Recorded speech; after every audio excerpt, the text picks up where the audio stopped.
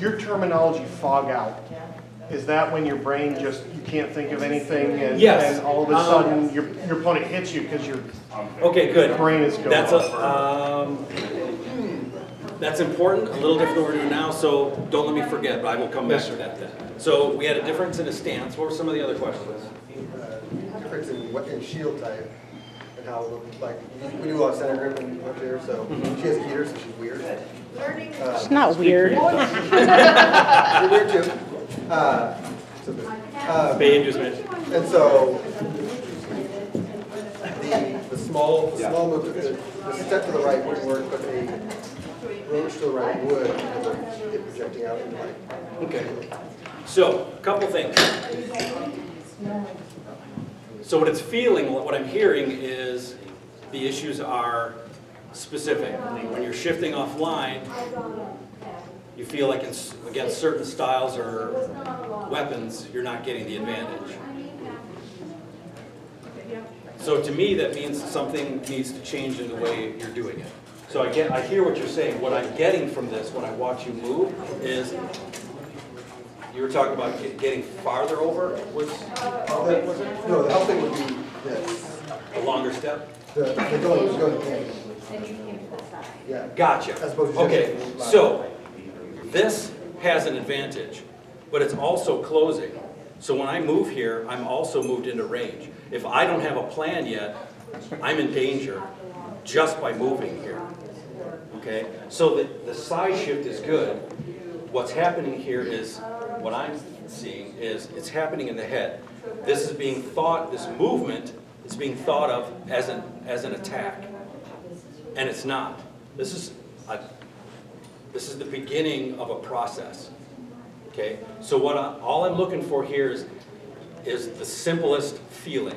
When I slide offline, and it takes no more than 6 inches, my opponent should feel uncomfortable, and I should still be in a position to attack him on both sides. If I step across too far with this other foot here, this is not an advantage, because now I'm offline. So that was part of it. Okay, so when she steps offline, either way, it doesn't matter. So now I feel uncomfortable, because this is my attack line. Yeah, I can throw shots here, they're just crappy shots. Okay, that's where, relax for a second. So that's where you'll get shots where somebody throws, and it looks really good, and the opponent's like, no, it wasn't good. Well, I'll bet you somebody shifted offline, and their body's no longer behind the shot. Okay, so that's all that's happening here. In his case, what we're talking about, going back to mine, if you remember with my A-frame, I'm trying to keep people in front of me because I want to be able to throw to all sides without having, I've done this shot to an opponent. Okay, I sidestep and hit him in the back of the head like this. Everybody's like, ooh, you know why this happened? This happened because he got me so far out of position, I was able to jerk myself out and catch him. I should never have had to throw that shot. There's nothing fancy about that. I got some other ones, everybody's like, ooh, like, no, I'm saving my butt. That's all that is. Should never have happened. This is where I like to be. When I throw this offside leg, I throw it here. So I'm maintaining this. So now sometimes there's movement in there and it changes. So the issue here is, I talked about before, this area in front of somebody is their danger area. He knows that. What he's done is he's put it offline on purpose, because right-handers like to go here. So they actually step into his danger zone. Okay? It's an awkward position for me to be in a lot, but I like to be in that position because if they go that way. And that's totally cool. But if they go that way, super scary. So this ties into what you're talking about. If I choose this motion, not only have I closed, but I've actually stepped into his sweet spot. Yeah. So, again, what I'm talking about is one tool to use for a purpose. So, if I'm out here and I step this over, I just recorrect, right. right, he corrects, he turns, but I can feel him more comfortable. But now his sweet shot isn't while I'm moving. I know now that when I go here, he'll turn. So this is where it begins to develop. Okay? For me, offense isn't throwing shots. Offensive is creating the opportunity to throw the killing shot. That's what offense is. I can throw lots of shots here. I'm not sure which one's going to land. So I think of it like a machine gun. A buddy of mine in the military said, the nice thing about a machine gun is, put enough lead downfield, bound to hit something, right? And we've all seen that guy, right? Bang, bang, bang, bang, bang. But a quality fighter will sometimes know it. It's so obvious that he will literally stand here and let you wail away to your heart's content. Okay? It's funny. It is. Yeah, it is funny. And it's a waste, right? So what I'm talking about here is simply finding ways to move and not point at the guy. And this is a great example. This movement actually puts me in front of him. But what I learned, and that's where the tool becomes useful, is how do you use the tool? This is how you use the tool. Okay. Its purpose is gaining information. That's what's really important. I learned in this case, when I sidestep, he twists. Okay? He doesn't move his feet, he twists. And I'm getting closer to in front of him. So what I'm also going to do is I'll set him when he's ready, step this way. Now he turns. I have to step. Okay? So without putting myself at any risk, I now know that moving here makes him want to throw. Moving here makes him uncomfortable and he wants to change direction. Do you see? So this moving thing is important, but for me, its purpose goes beyond just position. What information can I gather from my opponent? That's what it's for. So now you add the second layer of the 5 quadrants, the zones, one in the center, top left, right, bottom left and right. So we can do it again if you don't mind me to keep using you. So when I go over, I don't have to just go over. I can go over and down to see what he does. And I would do it like for mine, I did. Okay, so what I get is he turns and sinks. Yep. Okay? This is really, yes. Yeah, trying to protect that. Right, Sink, right? exactly. So now I have an opponent who turns and sinks. What I find is, in general, a sinking opponent becomes less mobile, Sure. depending on how they sink. Okay? He's still fairly comfortable. I might do it the other way. That's the one that gets. Yeah. So you notice when I go this way, and I put the pressure up in this zone, he does what he did before. He turns his stance to face me to keep me in his comfort zone. And he makes a slight upper body shift to protect this side of his head. Because when I went over, I didn't go over, I went up into his head. So this is what I saw. This strength and defense went this direction, and the leg came out. Okay? The leg's my shot. So to get his leg this way is to practically ask him to kill me. To get the leg this way, Yep. he'll give it to me. Do you see it? Yeah. Is it an appropriate for Any help to kill Benny? I want to hit it that- so bad. Anyway, sorry. He said it would be appropriate. So thank you for that. So this is nice because you're talking about a skilled opponent who's doing something tactical right out of the gate. He's choosing an awkward stance to pull people into it. Because this is back and he seems more open here behind a shield, people want to come into this space. So essentially he's creating a tactical situation right out of the gate. This is where you can kill me. So when they move there, he can attack them. They're not even ready yet, and he's waiting for you to step in there. The guns are already aimed there. What I'm And looking I'm to tall, do, so people want to come in quick. But, you know, being tall, people like, for some reason, yeah, and I get them like. right, and I super- don't like that. On a tall guy, it's a mistake. But tons of people do, so Yeah. I'm expecting I'm that. not surprised at all. I suspect it's because of the unusual stance and your skill. They don't know what to do, so they're rushing in. Yeah. And that is an extremely valid point.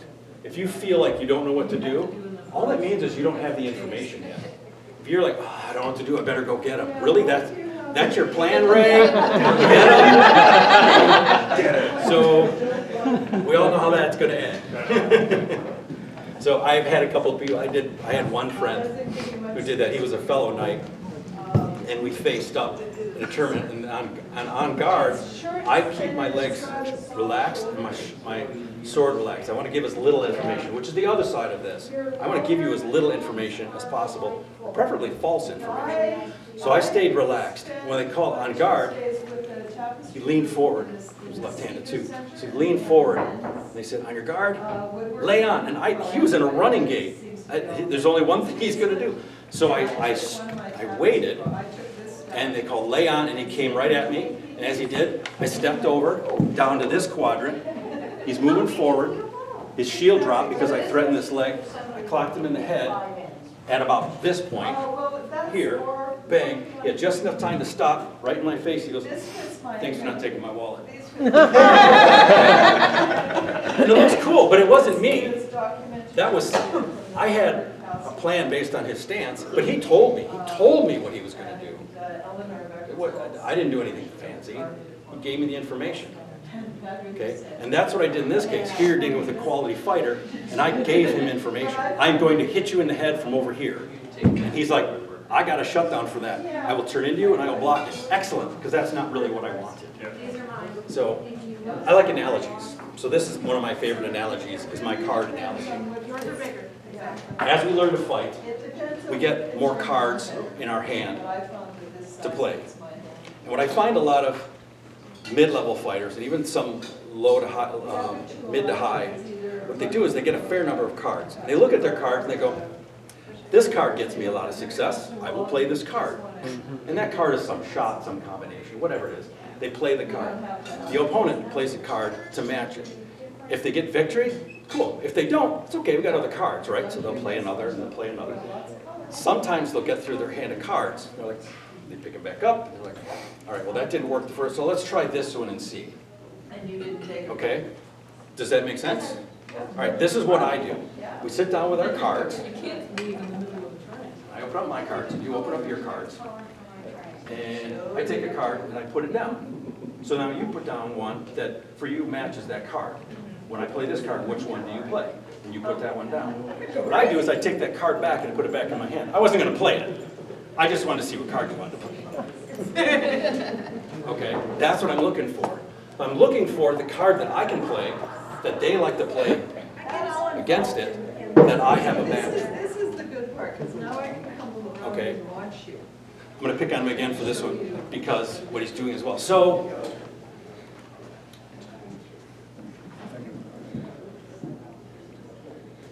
if I do it back to him, These you can just use silk. I'm going to do it left-handed. It's fine enough, like one will work for you.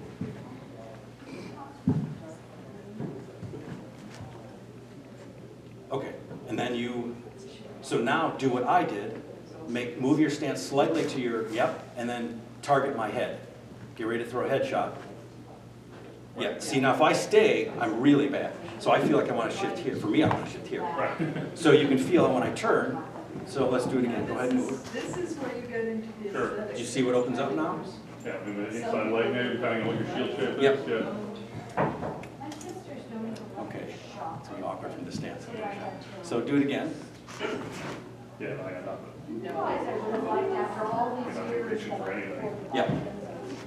So what I did in this case is I'm looking for a response. This starts to get towards the defensive, responding to how your opponent moves. So I'm going to let that one slide for later. So does this make sense where I'm taking this? Okay. So going backwards, the first thing, thank you, I appreciate it. So the first thing, of course, is aiming at your opponent, and they don't aim at you. The simplest thing, if you take anything, that's the thing to take. Even if nothing else, that's what you want. Is this your own place? In the fight, as you move, your opponent compensates, you move with them, you counter, whether it be the same direction or back. Ideally, if you do this offline thing in the quadrants, you will not only get the same safe position, but you'll get more information because you've tested locations. Does that make sense? So let's everybody grab a partner. We're going to try it again.